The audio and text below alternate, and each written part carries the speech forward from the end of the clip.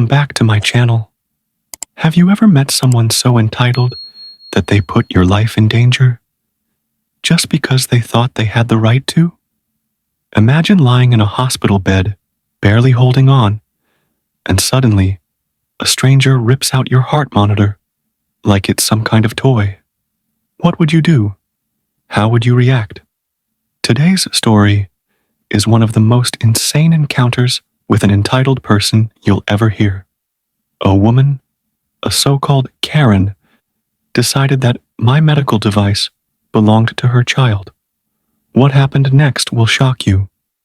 Before we dive in, make sure to subscribe to the channel and hit that notification bell so you never miss a crazy, real-life story like this one.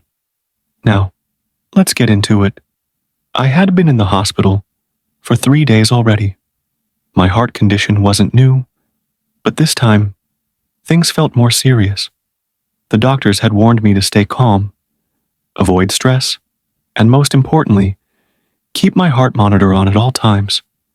It was a small, portable device strapped to my chest, connected to a machine that tracked my heart's rhythm. If something went wrong, the nurses would know instantly. My life literally depended on it.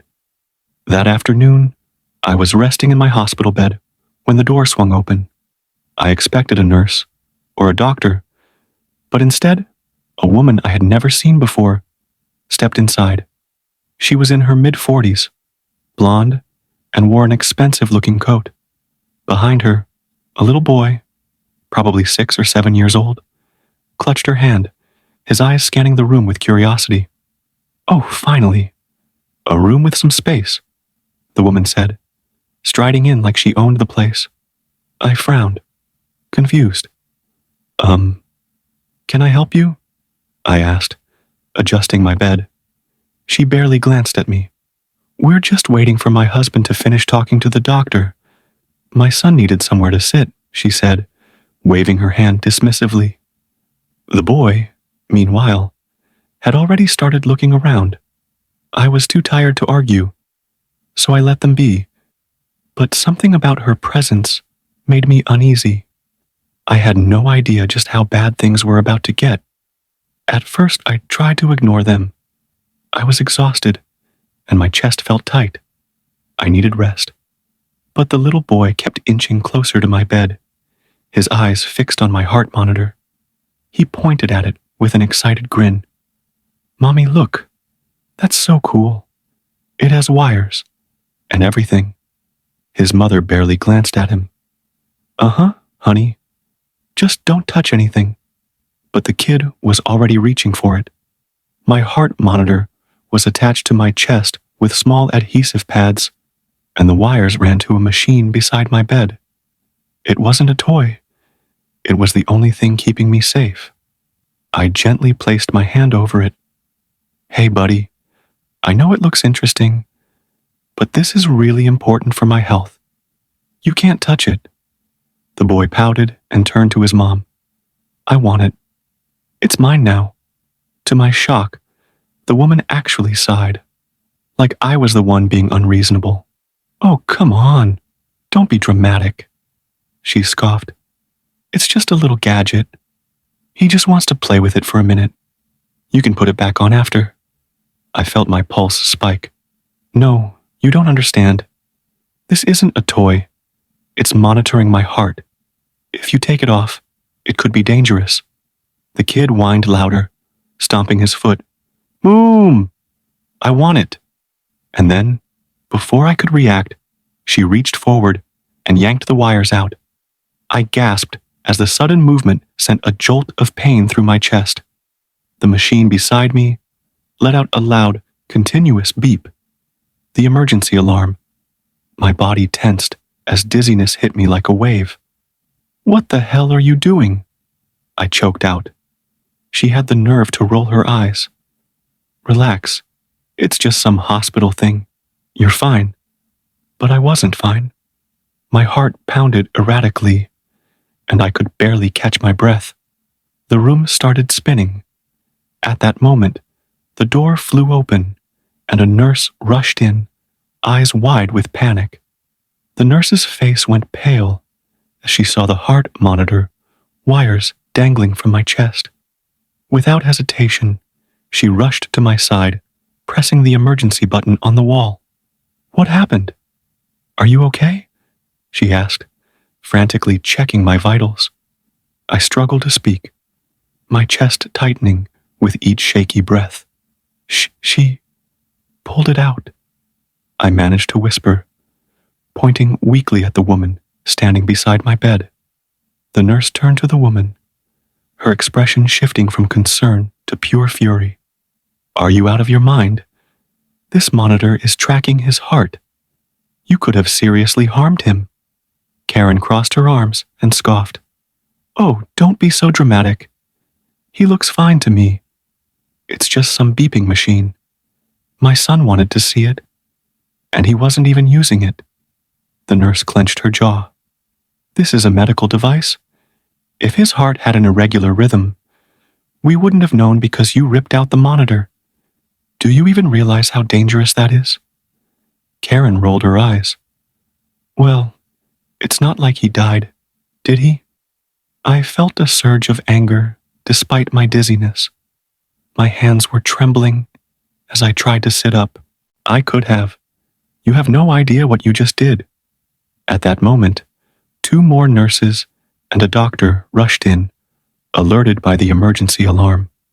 The doctor immediately checked the machine and then turned to Karen, his expression unreadable. "Who did this?" The nurse didn't hesitate. "She did.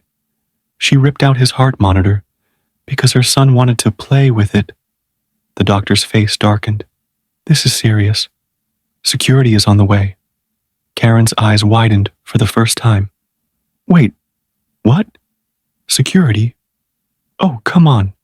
You're not seriously making a big deal out of this." But she was about to learn just how serious it was. Within seconds, 2 hospital security guards entered the room, their eyes scanning the situation. One of them, a tall man with a stern expression, stepped forward. "What's going on here?" The doctor turned to him and pointed directly at Karen. "This woman ripped out a patient's heart monitor, endangering his life." Karen let out a dramatic gasp. "Oh, please. It's not like I hurt him. This is ridiculous.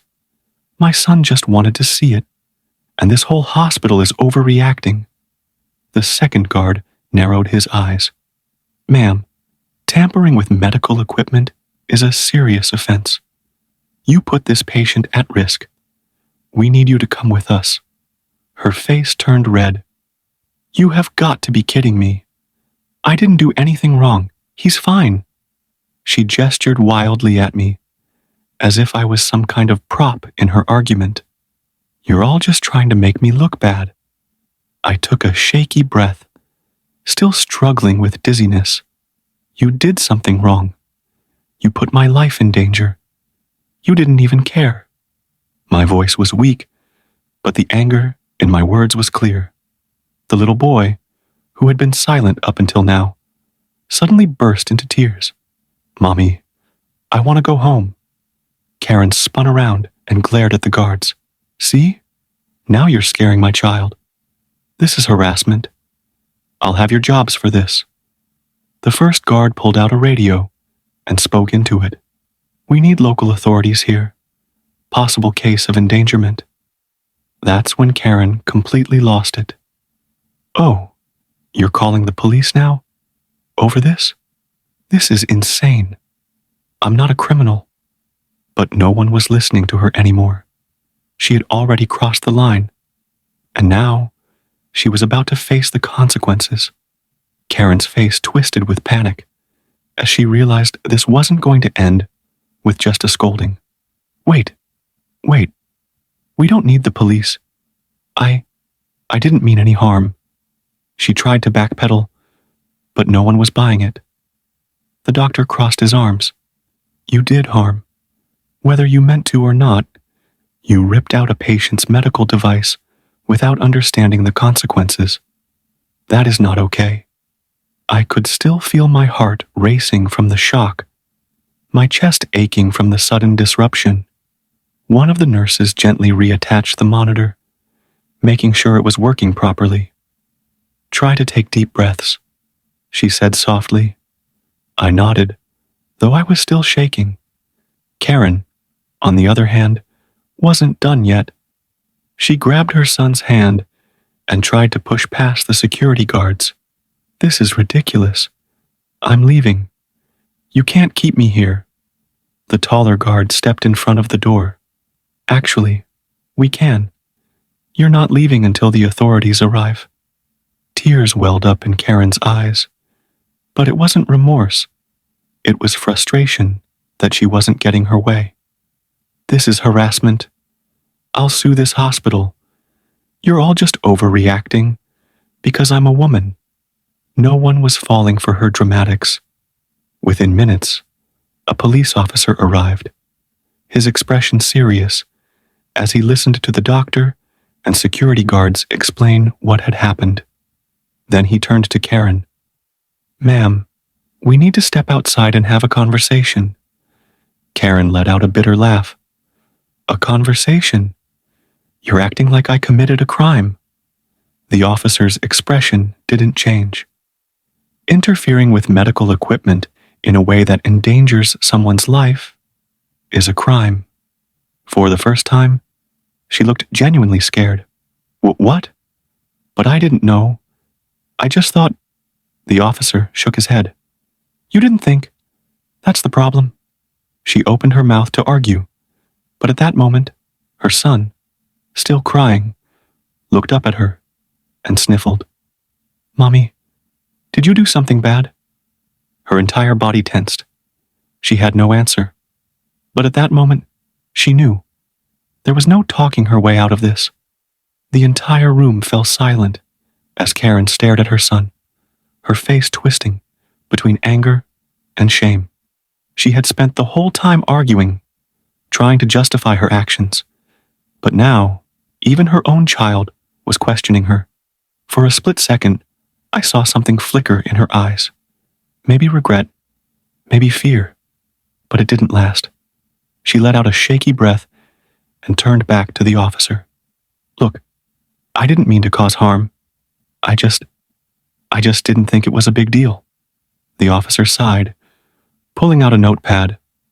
"Ma'am, ignorance isn't an excuse. The fact is, you put someone's life at risk. The hospital staff is within their rights to press charges." Karen's eyes darted around the room, searching for sympathy, but no one was on her side. The nurses were still focused on me, making sure my monitor was functioning properly. The doctor had his arms crossed, waiting to see what the officer would do. Even her son just stood there, gripping her coat, confused and scared. Finally, she slumped her shoulders. "So, what happens now?" The officer looked at the doctor. "Would you like to press charges for endangerment?" Before the doctor could respond, I spoke up, my voice still weak but firm. "I want her banned from the hospital. She can't be trusted around patients." The doctor nodded. "Agreed. We'll be filing a formal complaint." Karen let out a relieved sigh, probably thinking she had gotten off easy. But then the officer shook his head. "That's not all, ma'am. You still need to come with me." Her eyes widened. "Wait, what?" But he said, "You still interfered with medical treatment," the officer interrupted. "That's a legal offense. You're being detained for questioning." Karen's mouth opened and closed like a fish out of water. But before she could protest, the officer guided her toward the door. Her son clung to her, crying again. "Mommy, what's happening?" She didn't answer. Instead, she shot me a final glare, one that was full of hatred, as if I was the villain in her story. Then, just like that, she was gone. The moment she was out of the room, the tension lifted. The doctor sighed, rubbing his temples. "Unbelievable." One of the nurses gave me a reassuring smile. "You're safe now. Just focus on resting, okay? I nodded, my body still trembling from the shock. It wasn't the worst pain I'd ever felt physically, but mentally, emotionally, knowing that a stranger had so little regard for my life, that was something I wasn't going to forget anytime soon. Some people believe the world revolves around them, that their wants are more important than the needs of others. But entitlement isn't just annoying, it can be dangerous. If there's one thing this experience taught me, it's that standing up for yourself matters. No one should ever have the power to put your life at risk just because they feel entitled to something that isn't theirs. If you ever find yourself in a situation where someone is being reckless with your health or safety, speak up. Your life is worth more than someone else's selfishness. Stay strong, stand your ground, and never let an entitled person make you feel like you don't matter. Thank you for watching. If you enjoyed this story, make sure to like, comment, and subscribe for more real-life experiences. See you in the next one.